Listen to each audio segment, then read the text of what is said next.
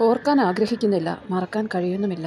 ഒന്ന് ചിന്തിക്കാൻ പോലും അവസരം കിട്ടാതെ തൊട്ടടുത്ത നിമിഷം പറന്നുയർന്ന് കത്തിയമർന്ന 242 പേർ.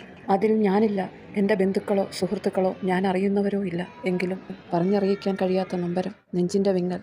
നമ്മളുണ്ടായിരുന്നു എന്ന് ചിന്തിച്ച് എരിച്ചു കളയേണ്ടിയിരിക്കുന്നു നമ്മുടെയൊക്കെ അഹങ്കാരം. പറന്നുയരും മുമ്പ് എല്ലാവരും അവരവരുടെ പ്രിയപ്പെട്ടവരോട് ഫോണിൽ അവസാനമായി സംസാരിക്കുകയും യാത്ര പറയുകയും ചെയ്യുക സാധാരണമാണ്. കാരണം ടേക്ക് ഓഫിനും ലാൻഡിങ്ങിനും ഇടയിലുള്ള മണിക്കൂറുകൾ ഒരു ഫോൺ വിളിക്കോ സന്ദേശത്തിനോ സാധ്യതയില്ല എന്ന് എല്ലാവർക്കും അറിയാം.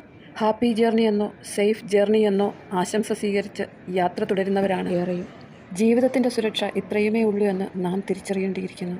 നാം ഓരോരുത്തരും എവിടെ, എങ്ങനെ, എപ്പോഴെന്ന് ആരോ ഒരാൾ നിശ്ചയിച്ചിട്ടുണ്ട്. മാറ്റിമറിക്കാൻ ഒരു ലോകശക്തിക്കും കഴിയില്ല എന്ന യാഥാർത്ഥ്യം ഒന്നുകൂടി അടിവരയിടുന്നു. നമ്മുടെ പ്രാർത്ഥന മരിച്ചുപോയവരെക്കാൾ ആവശ്യം ഈ സാഹചര്യവും സന്ദേശവും ഉൾക്കൊള്ളാൻ കഴിയാത്ത പ്രിയപ്പെട്ടവർക്കാണ്.